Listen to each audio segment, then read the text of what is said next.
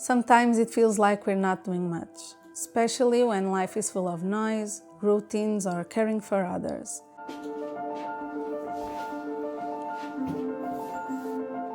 But when we stop to look back, there's often more growth than we imagine.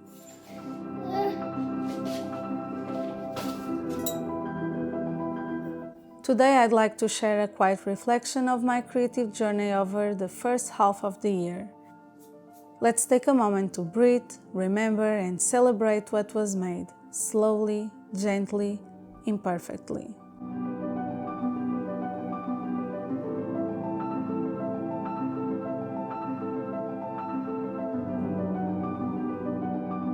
When I began the year, I wasn't sure what I would have time to create. Life as a full-time mother often feels unpredictable, and yet art still found its way in. Page by page, painting by painting, I began to tell tiny stories. Some were born from quiet moments, others from curiosity, emotion, or the simple joy of holding a brush.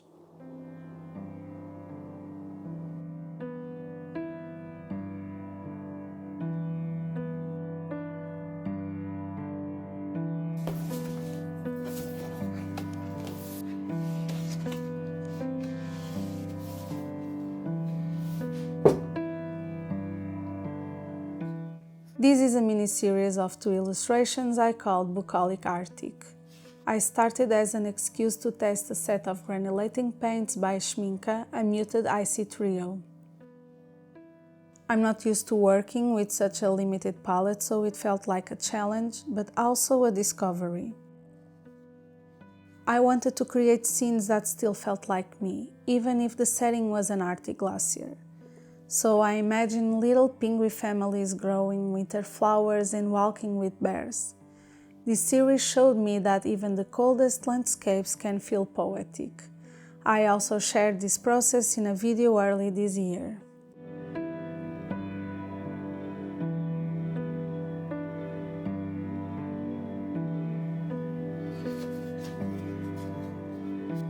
This is Obedient Oliver, a series of 4 watercolors I developed for my portfolio. The story takes place on a countryside farm and follows a little boy learning to listen to his parents. I loved painting the details: the pet pig, the basket full of vegetables, the flowers blooming in the farm. It's a world I feel very close to. There's also a full process video on YouTube if you're curious to see more. This one is quite special. It was the very first illustration I shared on YouTube. It's a Meet the Artist piece, part watercolor, part collage. Like a cabinet of curiosities filled with little things about me. It was also the first time I used collage in my work, and I remember how freeing it felt to try something different, to mix textures and let it be playful.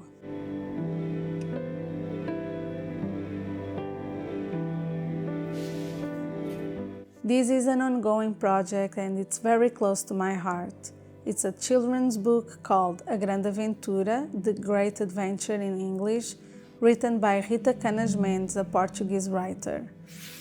We've been working on it together for a while, actually for 3 years now. This story has seen so many versions of my artistic voice. I first started it during a time of doubt when I didn't quite feel at home in my own style. But this project grew with me, it changed with me. The first attempts felt too heavy, too rigid, not what I wanted.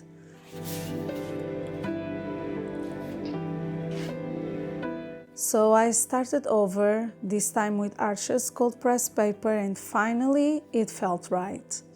Light, fluid, soft, like the story needed.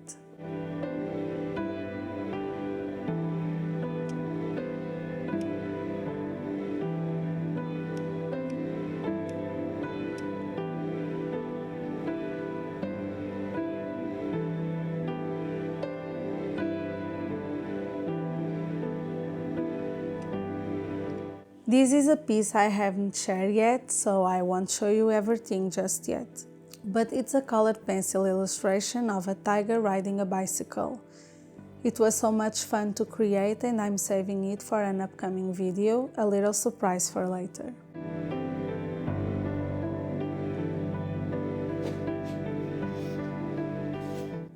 This was a series I created for the Our Planet Week challenge on Instagram.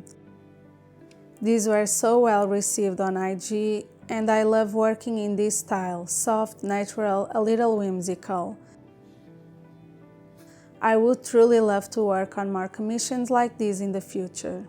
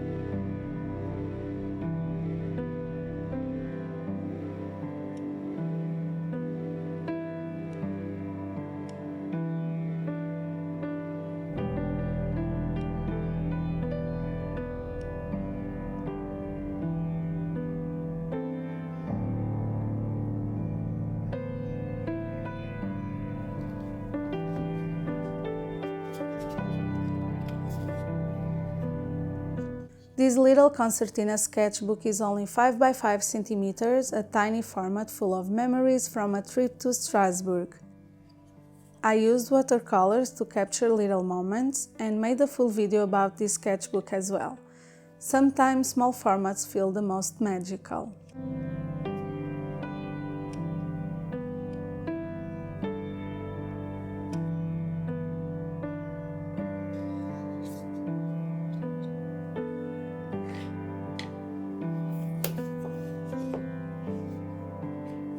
This sketchbook lives in the living room. I use it while I'm on the sofa with my son. It's small and easy to hide if it catches his attention. Normally I don't plan what I draw here. It's wherever comes to mind, without rules. Just the quiet joy of moving a pencil across paper in stolen minutes.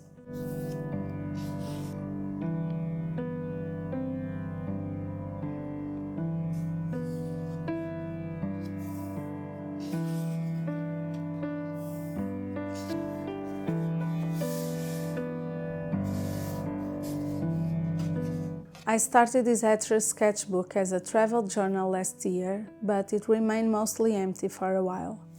Now it's become my go-to and I feel like painting just for myself. No pressure, no direction, just color and feeling.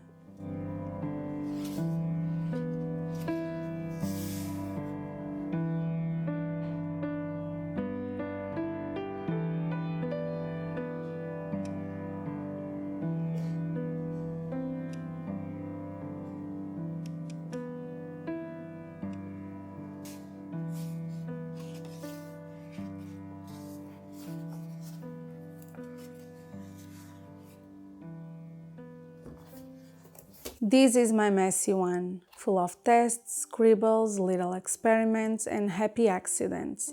The place where nothing has to be beautiful, where mistakes are welcome.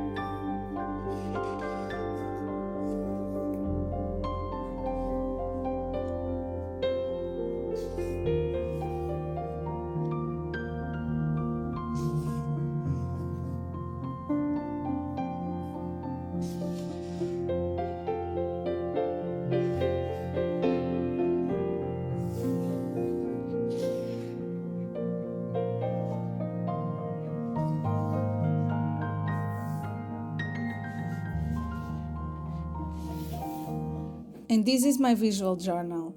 I started it this year after going back and forth between starting a bullet journal or trying a traveler's notebook. In the end, I started this instead, another sketchbook with the spirit of a diary. One more place to hold thoughts, textures, emotions, days.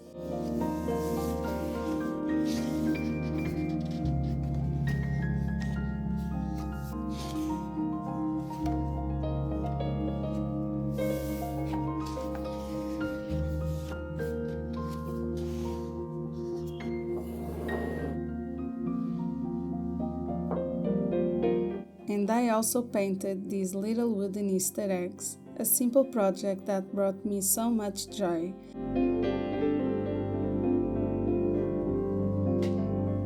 You can watch the painting process on my YouTube channel if you'd like.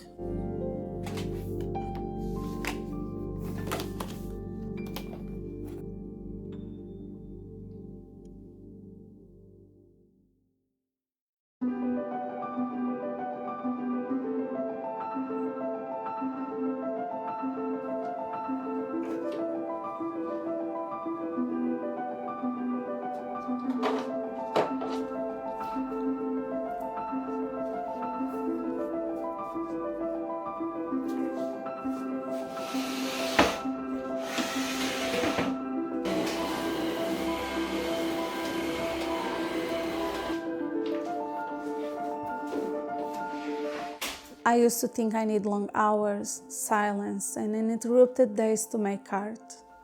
But this season has taught me that inspiration doesn't only live in stillness. It hides in the movement, in the crumbs, in the laughter, in the soft unfolding of a day lived together. I found color in the wooden blocks scattered across the floor, rhythm in the dancings we make in the morning, and quiet poetry in the way light lands on my son's fingers as he paints beside me.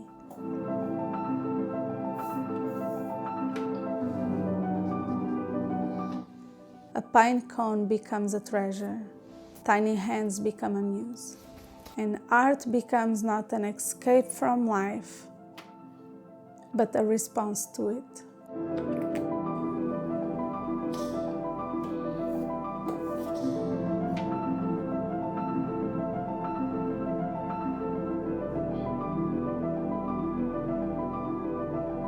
This season reminds me to pay attention. Even when the days are loud, they always offer little gentle things.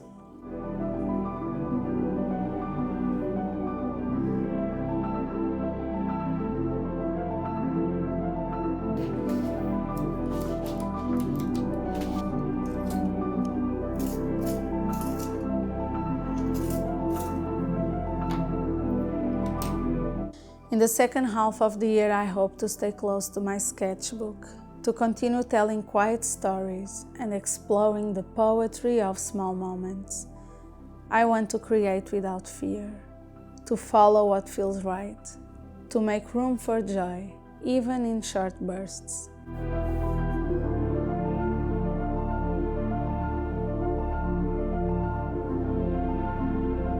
If you're also feeling you haven't done much, I invite you to pause and look back. There's more than you think. There's beauty in what grows slowly. Thank you for being here, and thank you for walking this quiet path with me. I'll see you in the next video. Until then, take care of yourself and keep making gentle things in your sketchbook or simply in your day.